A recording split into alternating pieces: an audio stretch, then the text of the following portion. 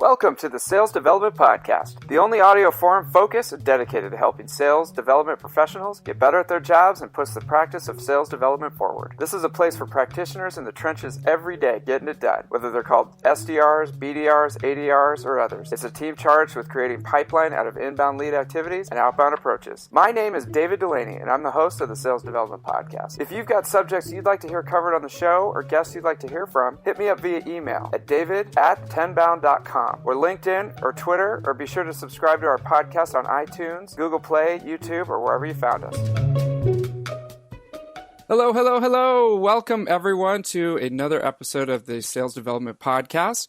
I am so excited and really honored to be joined by someone who I've looked up to for a long time and have met a few times at various events here and there over the years. I'm joined today with Kristina McMillan, who's the Director of Research at Topo. Kristina, how are you doing today? I'm good. Thanks for having me, David. No, absolutely. I'm so glad that we could make some time to get you on. And, like I said, I've been just a huge fan of Topo and everything that you've been working on over the last couple of years. And, I think that, as I mentioned kind of before the show, I think what's awesome about your experience is a lot of the people that come on the show are in their company, working on their projects, very heads down, and you're going from company to company and, different industries and verticals and working with a lot of different people. So really excited to have your take on the show. Awesome. Well, I'm excited to share our perspective. I hope it's helpful. Yeah, absolutely. Absolutely. So tell us, if folks are not familiar with Kristina and Topo, tell us a bit about your background and how you ended up over at Topo. Sure. So I'll go a little farther back in terms of how I got started in my sales career. So my first foray into sales was actually a gig setting appointments for market research studies. So we were calling into Fortune 1000 organizations, trying to get them to agree to spend an hour and a half, if you can imagine, an hour and a half on the phone with one of our researchers to answer a bunch of questions and sort of showcase under the hood of what they're doing. And these were to validate what it was that buyers cared about around particular solutions. So it was an awesome experience to sort of be on the phones. And I say awesome because I mean it in a way that I can relate to the pain. But it really was awesome because you sort of get to see all different types of prospects. So that was my first entry into sales. And then from there, the organization that I was with, I actually stayed with for the next 9 years. And we specialized it was a company called Sales Ramp. We specialized in building sales development and inside sales teams for startups all over the Valley. And so I was very fortunate enough to have a mentor who I actually share with our chief analyst at Topo, Craig. We share the mentor, Stu Silverman, who really got us going with a lot of the foundational, fundamental things that are important in sales. So I did that as a consultant for many, many years, where we would effectively be the sales development leader for hire. We'd go in and we'd build those teams either from scratch, or if they had an existing team, we'd go in and sort of overhaul it, get the thing up and running and producing, and then sort of transition it over to a leader that was going to stay on with the organization. Then we'd kind of ride off into the sunset and do it all over again every 4 to 6 months at a new company. So that was a really great trial by fire experience. I also spent a couple of years as a practitioner, as a director of sales development at a company called Five9.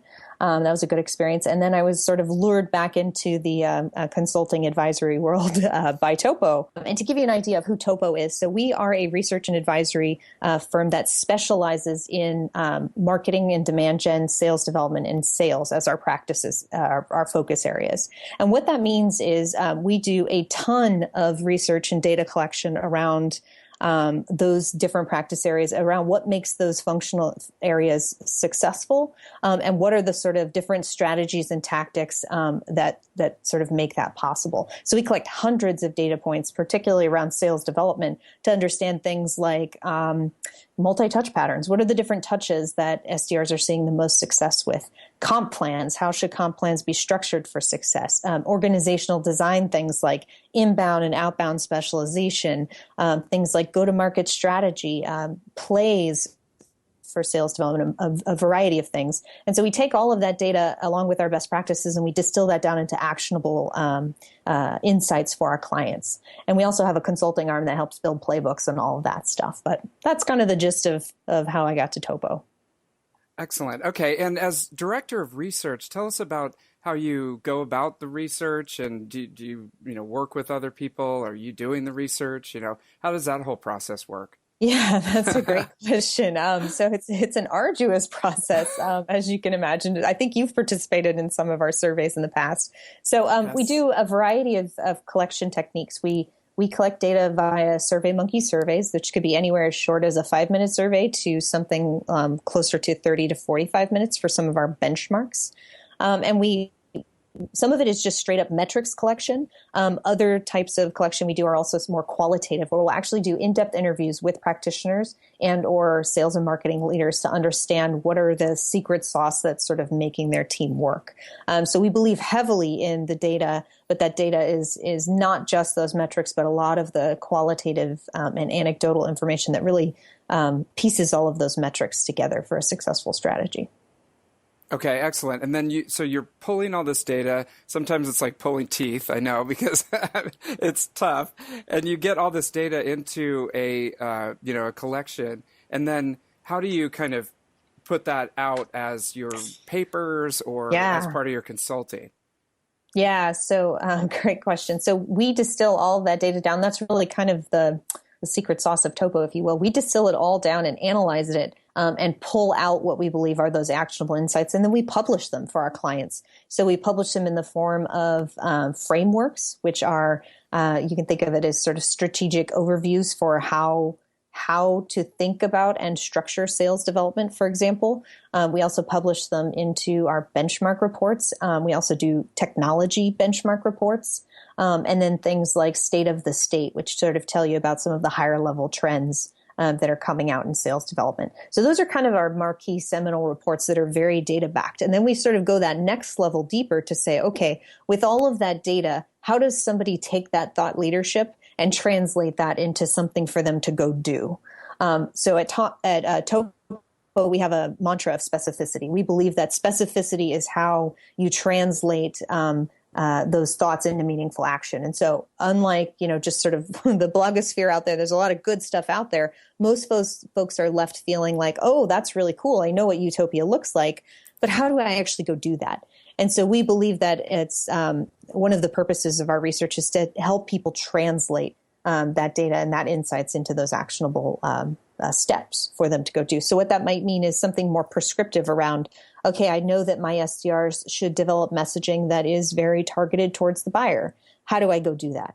We actually will educate our clients on how to create buyer personas and how to translate that messaging into different SDR touches. It could be like how to translate that into voicemail copy. And we're not talking about templates or scripts. We're actually talking about how do you develop a deep understanding of the buyer within your sales development team such that they can know the most important things to glean from a buyer persona, understanding those challenges and being able to tailor the conversation appropriately. Does that make sense? Excellent. Yeah, excellent example. I mean, so if I'm sitting there as an SDR manager, I'm trying to figure out, okay, there's 2 or 3 things, something's wrong. Like something's wrong with my program. So first step number 1 could be the Topo blog, right? Because a lot of these research papers are actually published there, and it's a good place to start for them, right?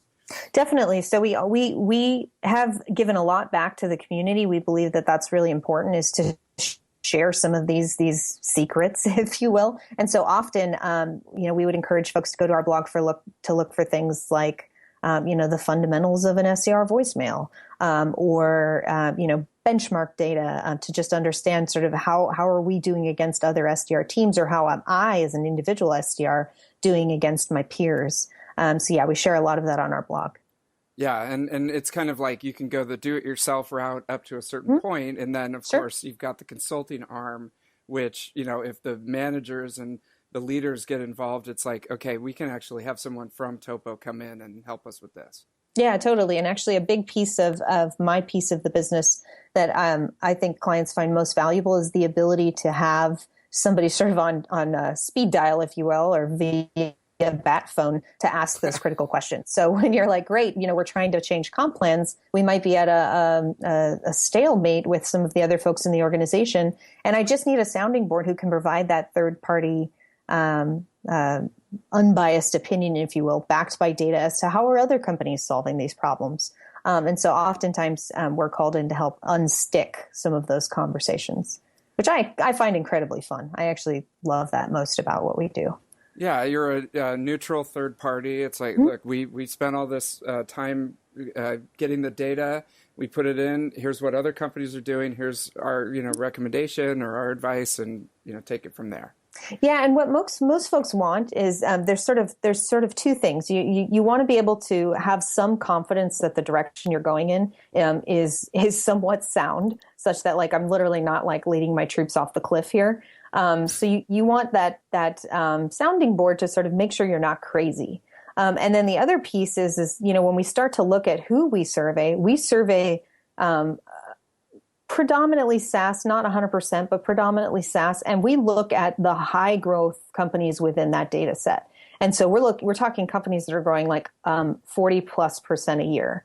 And so when we're trying to model our process, whether you be a smaller startup organization or even a large billion-dollar organization, you're trying to make these changes, you want to align them to the teams that have the highest success rates, right? So what are those teams doing that are driving growth rates like that? Or, for teams that have a high ACV versus a low ACV, like tell me what other people like me are doing. And that's, I think, where they really find that magic and that value.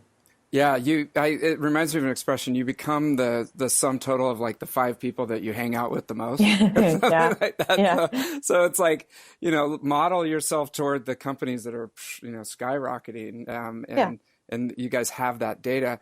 And so just to kind of pivot a little bit, in your research that you've seen recently, are there 2 or 3 things that the managers or the SDRs on the call can take away that you've seen? These are some trends that are actually working, that are helping teams to, improve their performance. What's working now that you've seen over your breadth of the research lately?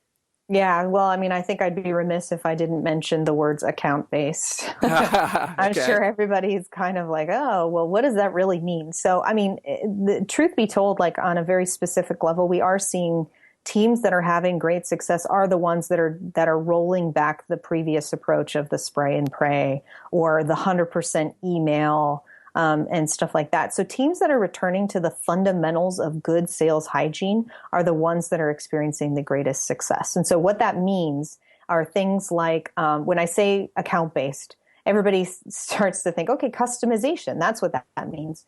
But what does customization actually look like in a particular account? And so what we're helping to translate is, from our research, are things like understanding which accounts deserve a certain level of customization and understanding which accounts don't, such that I as an SDR can still get enough done to have enough volume to put up numbers that are impactful for the organization. So things like, how do I do that customization?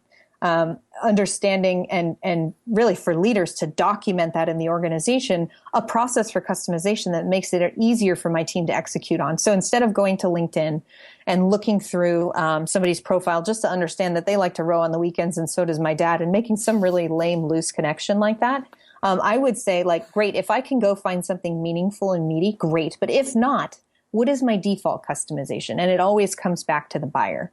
So we spend a lot of time with our clients on educating around how to create buyer personas for sales specifically. And I know I mentioned this a little bit before, but it's my soapbox, so I'll get on it. But the buyer is so critical to everything that we do. So helping translate classic buyer personas that tell us, what the person likes to do on the weekends and that they got their MBA and all that stuff into stuff that I as an SDR might actually talk about on the phone with a person is critical. So the teams that are having the most success today are the ones that are doing that. They're identifying the challenges in that buyer's words that my SDR can directly translate to their email messaging, for example. So I can say, we're talking to tons of other buyers, whatever that role is, just like you. And the thing that I'm hearing most of all is that they're experiencing challenges around X. And what I'd love to talk to you about is how we actually helped solve X for so-and-so over at this other company.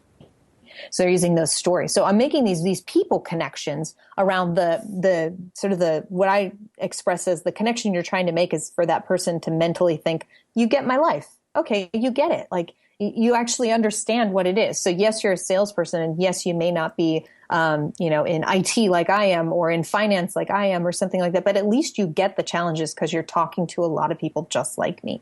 And so we're making that connection, and that's making them a lot more successful. So that would be one example. Another would be truly being multi-touch. So everybody's talking about there. Everybody talks about social selling, and it's not social selling exactly, but time and time again, we go into more and more SDR teams that are so email heavy that the SDRs are just not picking up the phone, or they're only picking up the phone if the prospect has agreed to a call via email first. And I just think I can't echo enough that, everybody says cold calling is dead. I believe that there is no reason why calls have to be cold. There are a lot of opportunities for us to warm it up, but it would be remiss to ignore the phone as a meaningful channel, especially if we believe that nobody else is using it. Then one would argue that you have a better chance of standing out. And so truly leveraging a multi-channel approach is what some of the most successful reps are doing. Okay, I love that. So I want to dig in on both of those. Those are great. Sure. Okay, so account-based is everywhere. You're hearing more and more about that, and I'm sure that the SDR managers, out there are trying to get their head around what that means. And I've heard Trish Bertuzzi has talked about it. You guys have talked about it, starting with the buyer and the persona, and trying to figure out what their day in the life and their pain points are. Is key to getting the customization that you need so that you can talk to all the different personas.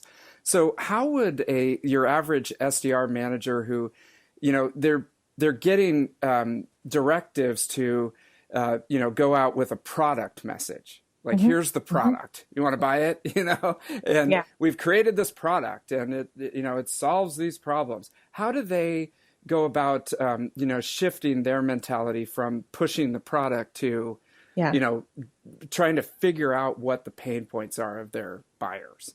Yeah. Well, so first of all, pushing the product is wrong. I mean, we should not be selling products. Just, we shouldn't.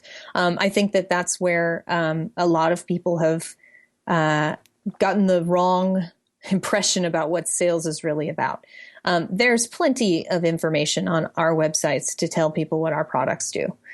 What's more important, and the dots that we really need to connect to our prospects, are the understanding of how we help people. And that is not just by selling them products. Instead, that is by truly understanding what their goals are, understanding the pain points or challenges that are preventing them from achieving those goals, and then just getting out of their way and helping them understand that, like in many cases, I think some of the best SDR calls are the ones that we don't tell them at all about the product. Like we do clarify what we do. It's important for them to know we're apples, not oranges. So it's perfectly reasonable to give them the category that we play in. But from there, it should be 100% focused on them. So some of the best calls, again, I was going to mention that I have heard are the ones where I queue up the problem and I talk about how we helped solve it for someone else and the results that they experienced from that. I don't have to tell them how the product did it or what. That's my carrot to get them to talk to sales, right? Sales can go into all of that. They can get them ready for a demonstration of how we do that. They can do all of that. But if I just connect on that pain, again, back to the you get my life, 9 times out of 10, that is going to be a much stronger connection, and you're going to have a higher likelihood of converting that person into a qualified meeting.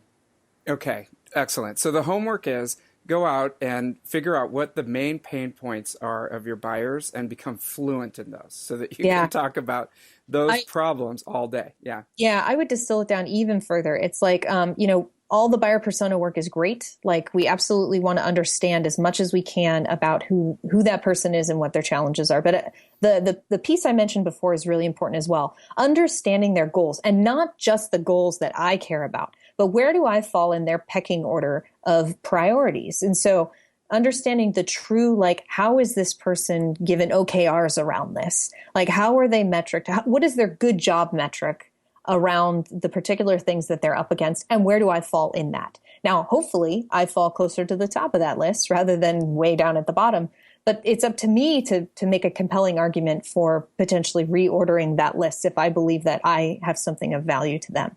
So understanding those goals and where I fall. that's sort of like that's just the pragmatic approach, right? It's like we can't, like, not every solution is going to be the most important thing to every prospect. And so I have to understand where I fall. Next, I have to truly understand the challenges around my particular category, solution category. Like, what are they experiencing and how do they talk about that? So I'll just go back to the fact that the in their own words piece is critical, because when we lead with, we have a solution that makes you more effective or optimizes blah, blah, blah. People don't talk like that. Like, instead, what would be more important is to find out how they talk about it with their peers. Like, they go to an industry conference, they're at that happy hour later, and they're talking about the knuckleheads on their team that blah, blah, blah, blah, blah. It's like, however they're expressing the pain in the particular words that they're using, that's what I want to understand as an SDR. And once I can lock in on that, and we'll talk about how you do that in a second, but once I can lock in on that, that's the how I make that connection around you get my life. Now, how do we go get that information? An SDR leader often leads this effort in our projects. We would ask them to say, like, great, it's great if you have product marketing helping around buyer personas and whatnot, but let's actually go to sales. Like, tell me about one of your prospects. Tell me about a very specific person and what they felt like, or even better, let's try to go find a customer and ask them. So often we'll do an exercise where it's like, hey, we just want to provide more value to other prospects, other people like you. Can we just dig into your head a little bit more about what makes you tick? What do you worry about day in and day out? Like, what are your goals? What are you striving to? Where do we fall in that priority order of things you got to go do? So asking customers. Another one is to actually find the person who is in that prospective buyer role within your own organization.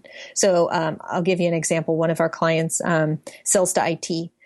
They had the SDR organization go to their CIO, and they did a series of brown bag lunches to really understand what he's up against and what his peers are talking about. And then they categorized all that into just a quick cheat sheet for the team of bullet points or talking points, and they just translated that to all their messaging. And I can't remember the exact number, but it increased their conversion on meetings for like 30%, because all of a sudden I was talking the language that person gets. It's not marketing jargon. It's not, sort of the typical pitching speak, if you will. Does that make sense? Absolutely. I mean, I think I was hoping that you would say that, because I think one of the most educational things that SDRs can do, and the managers, set up those brown bag lunches with the people that you're actually selling to at your company. They're probably just right down the hall, and they're usually so very willing. Like, we just haven't asked them. I mean, in many cases, people are like, oh, I don't know the CIO. He's really busy. Well, yeah, but he himself is also keenly interested in you guys selling more. And so absolutely willing to take the time to educate you. Yeah, believe me, if we're not out selling and setting these appointments, nobody's going to have a job. So don't worry about that. And the other thing is, if any sales reps are on the call, I think back, when you're evaluating technology to plug into your sales development stack, for example, the sales meetings are terrible. I mean, no offense, anybody that's out there, but it's just the same exact pattern of like one or two questions. Here's my slide deck. Let's slog through this. Here's how much it's going to cost. I'll follow up with you next week. And it's just like, it's so boring. I think of the best sales call that I've had in like the last 5 years was a guy who just opened up open-ended questions about what I was working on, what my problems were. And it was just like being on a couch at the psychologist or something. Yeah, totally. I mean, get them talking, because that's a little further down in the sales process. But for SDRs, you got to know that, because if you want to become a sales rep at some point in the future, you want to be fluent in those pain points. Yeah, and I would argue that it is the earliest form of discovery. So that being able to connect with buyers around their challenges, and being able to, like, a lot of them are like, well, I'm afraid to throw out a challenge because what if it's the wrong one? Like, wouldn't it be better just to ask them? And I'm like, yeah, but why would they answer? Like, they have no interest in answering, like, your questions. Like, why did you bother them today? Like, a lot of times they're just they're spending all of their energy just trying to be polite and get you off the phone. So wouldn't it be great if right off the bat you could offer some value in the form of perspective, right? So I work with other folks just like you. Not sure if you're experiencing this type of challenge, but we actually were able to help so-and-so address it, blah, blah, blah. Are you experiencing that or something similar? And now again, it's like you've established yourself as credible to talk about the stuff that they're up against. Right, right. And you can sift through your list, pretty quickly, because if you haven't established that trust, they'll probably say no, and you can move on to the next person. Yeah. If they don't have that, then why are we talking? But I think that first 5 to 10 seconds on the call are so critical to establish yourself. And I really like that approach that you took. I'll try to transcribe that for the notes for the podcast so that people can pick it up and take it from you. Gotcha. But okay, so the other one I want to dig in on is the multi-touch, approach to working with prospects. Okay, I think that the phone and email are, there's like a hammer and a nail. Like they're just like there's other tools in the toolbox that people can use that they're not using right now. And you mentioned social, and there's video, and there's all these different things. Yeah. Have you seen anyone who does it well, where they string together all these things and they make it work? Yes and no. I mean, I would think the key third pillar that I would highlight that our data shows is LinkedIn. We still see tons of reps leveraging LinkedIn, and some are in the form of true in-mails, like using it as almost another email platform. And others, it's, connection requests, though we don't necessarily recommend the blind connection request, but LinkedIn is becoming the third required touch, if you will. And then there are all kinds of other social ones that folks are sort of leveraging, like Twitter. Some teams are even leveraging like chat rooms or other types of forums, depending on your prospect. So I would say like those are fewer and farther between. But we do see in more and more teams starting to get creative with video. And the basic premise is that emails are where direct mail was 10 years ago. Direct mail was so much so that nobody ever read it. They started throwing it away. Now emails are to the point where like I've literally got so many emails that I just don't even see your email, or it goes to my spam folder and I literally never receive it.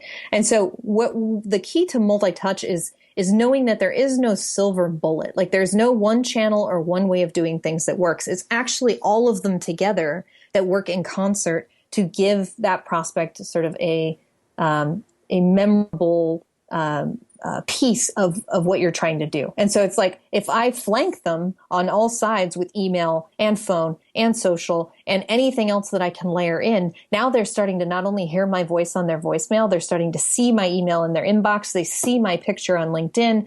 They're starting to, again, get all these different facets. So I'm starting to become a real person to them. It's a lot harder to ignore a real person than it is to ignore one email. So that's one aspect.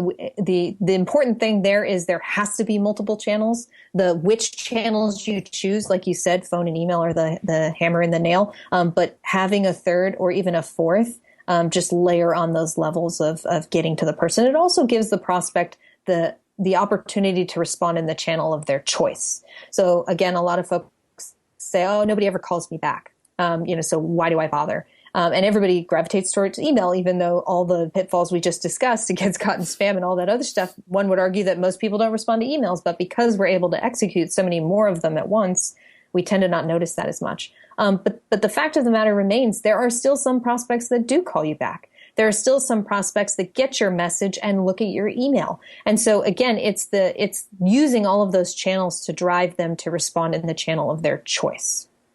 Yes, and even if I had Nick Ezzo, who's running demand gen at Host Analytics, and if you have a great partner, further up the funnel like Nick, I mean, he's in lockstep with the SDRs around, he wants you get the accounts that you want to break into. He wants them to see banners. He wants them to see blog posts. He wants them to get a mug, get a pair of shoes, so that finally when the SDR calls, it's like, who the heck, it's like, okay. And effectively, like we talked about earlier, it's no more cold. Like it's no longer cold. It might just barely be lukewarm, sure, but it's not really cold because we've flanked them from all angles.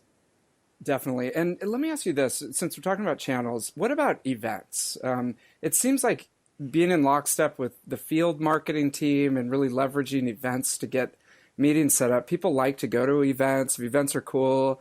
Have you heard of anyone really effectively using events to get some meetings going? Yeah, definitely. I mean, we do see teams, especially from an account-based approach. We see events, but let's be honest, events are very expensive. Yeah. And so it depends on your target market. If you have those prospects that are, let's say, leaning more towards enterprise, they're higher value in terms of potential account value. Yeah, events totally make sense. But if you're talking like SMB, it can get a lot more expensive. And so it really does depend on your target market. But that being said, we often seeing, one of the common complaints that I hear from SDRs is, marketing wants me to call and invite people to this dinner or invite people to this event. And they sort of say it with like disdain in their voice and they're like rolling their eyes and they're like, well, I got to do it because they want me to. And it's like, well, how about this? How about call and qualify the person and use the event as an opportunity to do an in-person handoff? Okay. So it's sort of like think about what we're using those events for. And so when we take a more high value prospect, when we have, trade shows aside, we'll talk about those in a second, but when I have those potentially more high value for most desirable target events, let's gate them. Let's make them really exclusive. I'd love to talk to you a little bit more about, if this event makes sense for you rather than just an outright invitation. Let's create some mystery and intrigue and get those folks to those events that really want to be there. And so we can do that. Now for the trade shows style type of events, those are good. I would argue that the same thing applies though. Like if I'm going to have my SDRs calling and leveraging events, certainly having them drive people to that event, I want them to be qualifying first. Because again, why would I blindly spend all this time inviting someone to an event if I don't even know that they're the right person we should talk to? And then the same goes for using events. Like I've seen SDRs actually schedule time for themselves to have those qualification calls when they're working, the booth at an event. That's great. And then they can do a live handoff right there to sales and be like, hey, Joe wanted to introduce you to blah, blah, blah, and do the live handoff right there. I like so that. We do see them work, but they are expensive.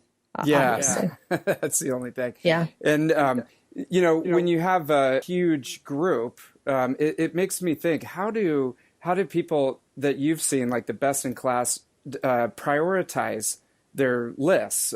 Say, for example, they want to do an account-based program and divide out the list between the sales reps and SDRs and A, B, C, and D and things like that. Or post-event, like say you get a list of 1,000 people who stop by the booth at the conference.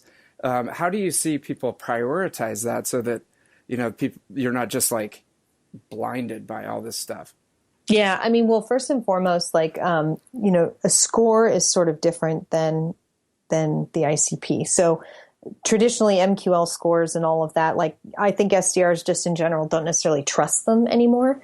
And so what's more important is to say, does this account fall within our ICP? And if it does, we should have an orchestration plan for how to attack. And I mean attack affectionately. But it's like if they fall within our ICP, there are going to be folks in that ICP that are, all of them are valuable, but there are going to be folks that maybe have a higher potential value or folks that we're saying, look, we're actively focusing on those. So we may rank those as our A's, which means that we are doing a concerted effort with marketing, with sales development, with sales to flank them on all different angles. So we call that account-based orchestration. And so what that means is that we've devised a plan literally for each account that this is how we're going to go after them. So marketing knows that the event is happening on, 30 days from now. We know that tomorrow the invite is going out and tomorrow plus 3 days, the SDRs are going to start their follow-up. And we have this series of orchestrated events that lead us up to the ultimate event that we're going to do. And then a similar post-event series of activities that we do. And so all of that stuff collectively together creates an experience for our potential buyers that we're trying to draw them in, right? And so it's sort of a longer conversation to how to do the prioritization, but it really should come back to whatever your ICP is, and doing that prioritization based on that. Now, one thing is commonly here is great, we did our ICP and we've got 3,000 accounts in there and I've got 3 SDRs. So how should I go attack? Do they each get 1,000? And we're like, no, nobody can realistically manage 1,000 accounts at one time. So there's this concept of active versus inactive. Who are the folks that I'm actively pursuing on all angles? Same for marketing. They have limited capacity. So it has to make sure that they have the capacity to support what I need them to support, and sales has the capacity to sort of take it on. And so we might cycle in folks into an active role that we're pursuing versus an inactive role, which we're going to be more opportunistic. And then we would rotate and refresh those accounts as we get them through that orchestration plan. Does that make sense? Yeah, it does. And it gets me thinking, like a few years ago, there was a trend of having like a chief revenue officer. And it gets me to think about org charts and how the org charts are really still set up on the demand gen model. So you still have a separation of silos between marketing and sales and sales development, and different people are reporting to different other people, and they've got different OKRs, and it's still this like disorganized mess. But when you're talking about orchestration, I felt like the promise of having a CRO was that they were going to be over this whole revenue side of the house. But what really ended up happening is they were just VPs of sales. It was just with a fancier name. Yeah, and that's a fair point. I mean, part of the challenge, I think, is orchestration is hard. Like it's really hard to get that many people moving in lockstep together. And so often what we tell organizations is that start with just marketing and SDRs, and let's get that process really glued together, because most of what we're doing as sales development and marketing are often done in parallel. So instead of thinking about it that marketing does their piece and then hands it off to sales development and we do our piece, there is some of that, but to your point on what Nick says, there will be stuff that comes inbound, but marketing should continue to do some of those additional air cover types of activities. They should be nurturing prospects with content. They should be doing banner ads. They should be doing all kinds of stuff while we're doing our outbound activities or our inbound follow-up. And collectively together, we can sort of like make sure that our different activities are done thoughtfully, and orchestrated. I hate to use a definition with itself, but just to make sure that we are doing those in concert together and thoughtfully. And really what we're both driving towards is the handoff of target account pipeline, right? So we are doing all of these activities to these accounts that matter to try and create pipeline that ultimately matters for the organization. And so instead of trying to wrangle everybody all together, just focus on those demand gen efforts and those SDR efforts and how they should work in parallel as opposed to this siloed handoff of one to the other.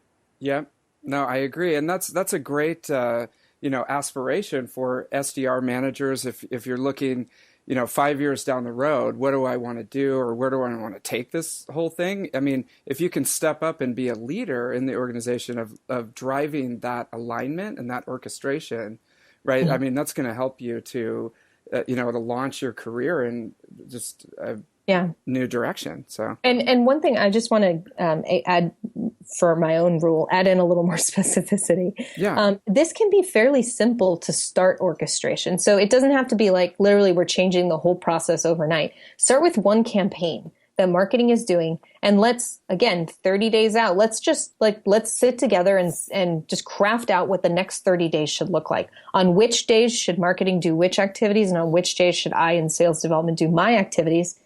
Trial it with a small number of accounts, work through the kinks, iterate, and then roll it out to sort of our greater, like everything we're working on.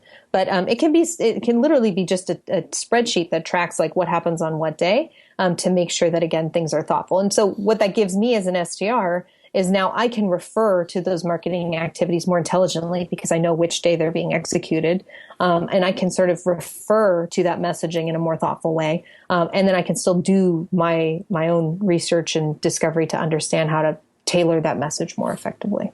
No, I love that. I mean, I love just a micro project to prove it out and get it going instead of trying to boil the whole ocean, right? As they say. Yeah. I remember trying to drive this process within an organization where marketing was like on a different floor than the sales development team. And we had a meeting every Wednesday where we would bring up this huge Trello board, and it was like, projects that are coming, what's happening right now, who's supposed to do what, and we would just kind of move the cards around. And, even that, it just was showing people, here's what you're supposed to be doing, here's what SDRs are supposed to be doing, demand gen. And it was painful, right? Because people were just like, we're we're being held accountable for this. Like, this blows. I just want to go back and create a bunch of MQLs, throw them over to you guys and go home, So it's not easy. It's not easy. No, for sure. Definitely not. And that's why we see teams mostly doing it again for those highest value accounts, right? Like, I mean, it doesn't work well when you're trying to do volume and velocity. There are some ways to do orchestration thoughtfully, but a lot of times you just want to get out of the way of progress. But for those bigger, heavier accounts, like, this is what's going to create that best buyer experience. And this is the stuff that gets our SDRs excited, because now we're having real exciting, meaningful calls with prospects. And it just makes the job more fun.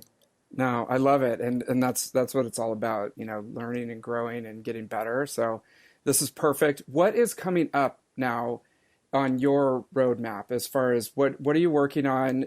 I know that you guys have some events coming up. Give us a little snapshot. Yeah. So our biggest thing, so Topo is always working on new research.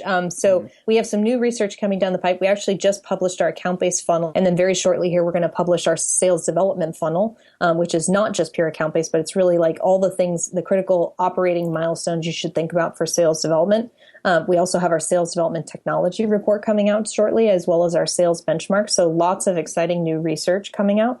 And then the big event that we have coming up is our Topo Summit. And that's really a gathering of like 1,000+ sales and marketing leaders to talk about a lot of the specifics and best practices and research around many of the things we talked about today. It's one of the few events out there that does have a dedicated sales development track as well as a dedicated account-based track.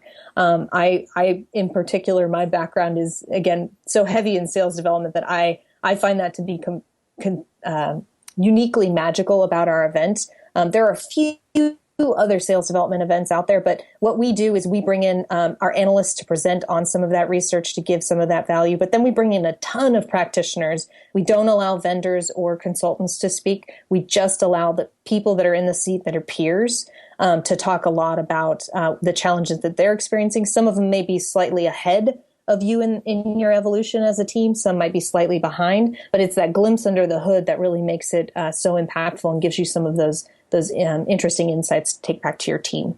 And then the other thing that we do as part of that event as well is we have a track dedicated to the reps themselves.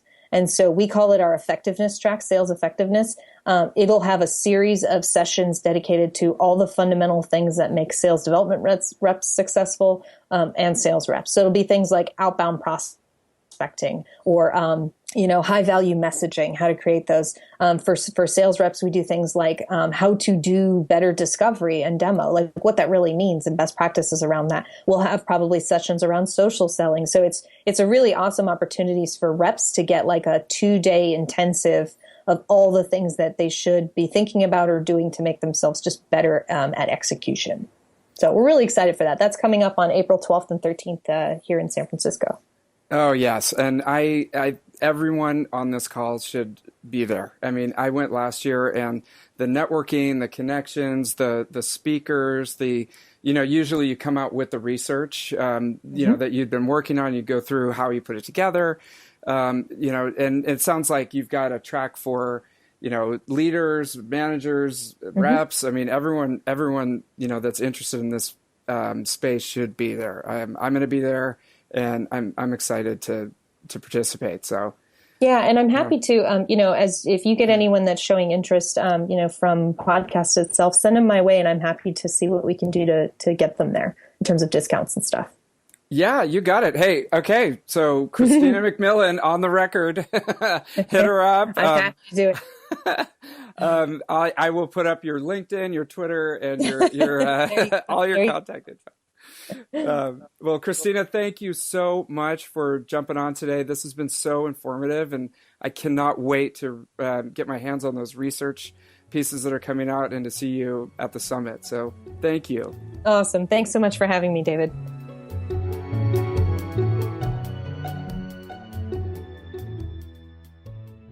Is your sales development program firing on all cylinders? Are your people, processes, and technology aligned to get you the appointments, pipeline, and close one you need to be able to hit your goals? Finding experts in the field of sales development is a real struggle. But you have to hit your pipeline numbers today, not sometime in the future when you can step back and take a wider look at your program. Tenbound is ready to help. Head over to tenbound.com for more information and to sign up for a free assessment of your current program. That's tenbound.com.